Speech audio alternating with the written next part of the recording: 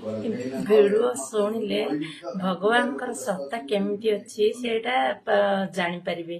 ଗୋଟିଏ ମିନିଟରେ ଗୋଟିଏ ଛୋଟ କାହାଣୀରେ ସବୁ କଥା ବୁଝେଇଦିଏ। ଗୋଟିଏ ପରିବାରରେ ବାପା ମା 10 ବର୍ଷର ପୁଅ ରହୁଥିଲେ। ସେଇ 10 ବର୍ଷର ପୁଅକୁ ତା ମା ସବୁବେଳେ ଖରା ଛୁଟିରେ ତା ମା ଅଜାଘରକୁ ନେଇଯାଉଥିଲେ। ଗୋଟେ ବର୍ଷ କ'ଣ ହେଲା, ତାଙ୍କ ବେପାର ମାନ୍ଦା ପଡ଼ିଗଲା। ସେଥିପାଇଁ ତା ମା ତା ପୁଅକୁ ଆସି କହିଲେ, ଏ ବର୍ଷ ଆମେ ଦଶହରାକୁ ମାମୁଁ ଘରକୁ ଯାଇପାରିବାନି। ପୁଅ କାନ୍ଦିଲା, ଗଡ଼ିଲା, ଜିଦି କଲା ଯେ ଆମେ ଏ ବର୍ଷ ଆଉ ଅଜା ଘରକୁ ଯାଇପାରିବାନି। ସେଥିପାଇଁ ମା ଆଉ ସମ୍ଭାଳି ପାରିଲେନି, ଆଉ ରେଲୱେ ଷ୍ଟେସନ ଯାଇ ଗୋଟେ ଟିକେଟ କରିଦେଲେ। କିନ୍ତୁ ଏକୁଟିଆ କେମିତି 10 ବର୍ଷର ପୁଅକୁ ଅଜା ଘରକୁ ଛାଡ଼ିବେ। ସେଥିପାଇଁ ମା ବାପାଙ୍କର ବି ଡର ଥାଏ। ସେଥିପାଇଁ ମା କ'ଣ କଲେ, ରେଲୱେ ଷ୍ଟେସନ ଯାଇ ମା ପୁଅକୁ ରେଲୱେ ଟ୍ରେନରେ ବସେଇ ଦେଲେ। କିନ୍ତୁ ମା କ'ଣ କଲେ, ନେଇକି ଟ୍ରେନରେ ବସେଇ ଦେଲେ। ଆଉ ମାଙ୍କର ବି ଡର ଥାଏ। ସେଥିରେ ମା କ'ଣ କଲେ, ଗୋଟେ ଚିଠିଟେ ପୁଅ ହାତକୁ ଧରେଇଦେଲେ। କହିଲେ ଯେତେବେଳେ ଡର ଲାଗିବ ଏଇ ଚିଠିଟି ଖୋଲିବୁ। ସିଏ ମା 5-10 ମିନିଟ୍ ବସିବା ପରେ ତାକୁ ଡର ଲାଗିଲା, ତାକୁ ବହୁତ ଭୟଭୀତ ଲାଗିଲା। କାରଣ ତା କେବେ ଏକା ଟ୍ରେନରେ ସେ ବସିନି କି ବସରେ ବସିନି। ସେତେବେଳେ ସେ ଚିଠି କଥା ମାର ମନେ ପଡ଼ିଲା। ସେ କହିଲା, ଡରିଲା, କହିଲା ନା ମୁଁ ଟ୍ରେନରେ ଆଉ ବସିପାରିବିନି, ମୁଁ ଟ୍ରେନରୁ ଓହ୍ଲେଇ ପଡ଼ିବି। କିନ୍ତୁ ସେ ମାର ଚିଠି କଥା ପଡ଼ିଲା। କହିଲା, ମୁଁ ଚିଠିଟା ଖୋଲିକି ପଢ଼ିଲା। ଲେଖା ଅଛି ଚିଠିରେ, ପଛ କମ୍ପାର୍ଟମେଣ୍ଟରେ ମା ବସିଛି।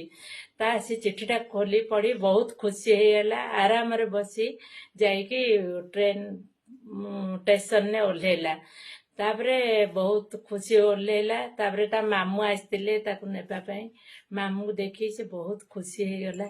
ଖୁସି ହେଇକି ସେ ଆରାମରେ ମାମୁଁକୁ ଦେଖି ବହୁତ ଖୁସି ହେଲା ପରେ ମାମୁଁ କହିଲା, ମାମୁଁ ଆଉ ପଛ କମ୍ପାର୍ଟମେଣ୍ଟରେ ମା ବସିଛି।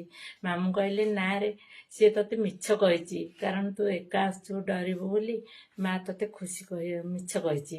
ତେଣୁ ମା ଆସିନି, ତୁ ଏକା ଆସିଛୁ କହିକି ମାମୁଁ ତାକୁ ସାଥିରେ ନେଇଗଲେ। ସେଥିପାଇଁ ସମସ୍ତେ ଭଗବାନ ଉପରେ ବିଶ୍ୱାସ ରଖନ୍ତୁ। ବିଶ୍ୱାସ ରଖିଲେ ଭଗବାନ ଗୋଟେ ଐଶ୍ୱରିକ ଶକ୍ତି ଆମ ମନକୁ ଦେଇଥାନ୍ତି। ତା ଦ୍ୱାରା ଆମର ମନରେ ଗୋଟେ ସାହସ ଶକ୍ତି ଆସିଥାଏ। ତେଣୁ ଭଗବାନ କୌଣସି ନା କୌଣସି ବାଟରେ ଆମକୁ ସାହାଯ୍ୟ କରିଥାନ୍ତି। ସେଥିପାଇଁ ଆମେ ତାଙ୍କ ଉପରେ ହିଁ ବିଶ୍ୱାସ ରଖିଲେ ଆମ ମନରେ ଗୋଟେ ଶାନ୍ତି ଆସିଥାଏ। ଆଉ ସେ କେଉଁ ବାଟରେ ହିଁ ଆମକୁ ସାହାଯ୍ୟ କରିଥାନ୍ତି। ଆଉ ଏଇଟା ହେଉଛି ବିଶ୍ୱାସ। ଆଉ ଭଗବାନଙ୍କର କିଛି ଐଶ୍ୱରିକ ଶକ୍ତି ଆମକୁ କେଉଁ ବାଟରେ ହିଁ ସାହାଯ୍ୟ କରିଥାନ୍ତି। ନଚେତ୍ 10 ବର୍ଷର ଛୁଆଟି କେବେ ଟ୍ରେନ କି ବସ୍ରେ ଯାଇନଥିଲା, ସେ କେମିତି ସାହସ କରିକି ଗଲା? ମା ବାପା ବି ଡରୁଥିଲେ, ସବୁ ଥିଲେ। ସେଥିପାଇଁ ତାକୁ ଭଗବାନ ହିଁ ସାହସ ଦେଲେ। ସେ ଭାବିଲା ମୋ ମା ବି ମୋ ସାଥିରେ ଆସୁଛି, ସେଥିପାଇଁ ସେ ଗଲା। କାହାଣୀଟି ଫାଷ୍ଟରୁ ଲାଷ୍ଟ ଯାଇ ଶୁଣନ୍ତୁ, ନିଶ୍ଚିତ ଭଲ ଲାଗିବେ। ସେଥିପାଇଁ ଭଗବାନଙ୍କୁ ସମସ୍ତେ ସବୁବେଳେ ବିଶ୍ୱାସ କରନ୍ତୁ। କେଉଁ ବାଟରେ ନାହିଁ କେଉଁ ବାଟରେ ଆମକୁ ସାହାଯ୍ୟ କରିବେ। ଯଦି ଭଗବାନ ନଥାନ୍ତେ ତାହେଲେ ସୂର୍ଯ୍ୟଚନ୍ଦ୍ର କ'ଣ ଆତଜାତ ହେଇଥାନ୍ତେ? ସେଥିପାଇଁ ସବୁବେଳେ ଭଗବାନଙ୍କୁ ହିଁ ଭାବନ୍ତୁ। ଆମେ ଯାହା ଭଲ କର୍ମ କରୁଛେ କି ଖରାପ କର୍ମ କରୁଛେ, ସେଇଟା ଉପରବାଲା ନିଶ୍ଚିତ ଦେଖୁଛନ୍ତି। ସେଥିପାଇଁ କେବେ କାହା ମନରେ, କାହା ଆତ୍ମାରେ କେବେ କଷ୍ଟ ଦିଅନି। ଆମେ ଯଦି କାହାକୁ କିଛି ଖୁସି ଦେଇପାରୁନେ, କାହାର ଲୁହର କାରଣ ହେବାନି। ସମସ୍ତଙ୍କର ହସର କାରଣ ହୁଅ। ଯଦି ଆମେ କିଛି କାହାକୁ ଦେଇପାରୁନେ, କାହା ଆଖିରେ କାହିଁକି ଲୁହ ଦେବା?